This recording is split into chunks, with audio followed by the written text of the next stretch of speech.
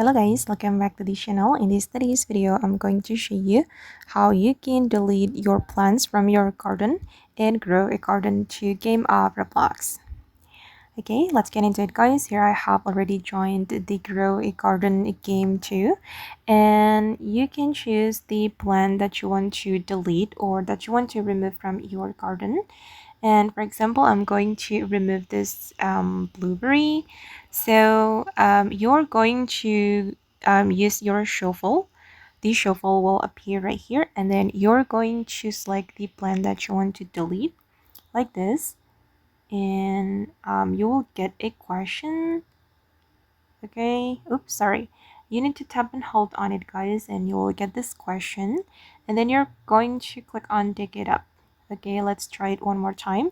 Not just tapping on it, but tap and hold like this until you get this question. Click on dig it up. Okay, and finally I've removed or I deleted the blueberry. And yeah, that's so simple.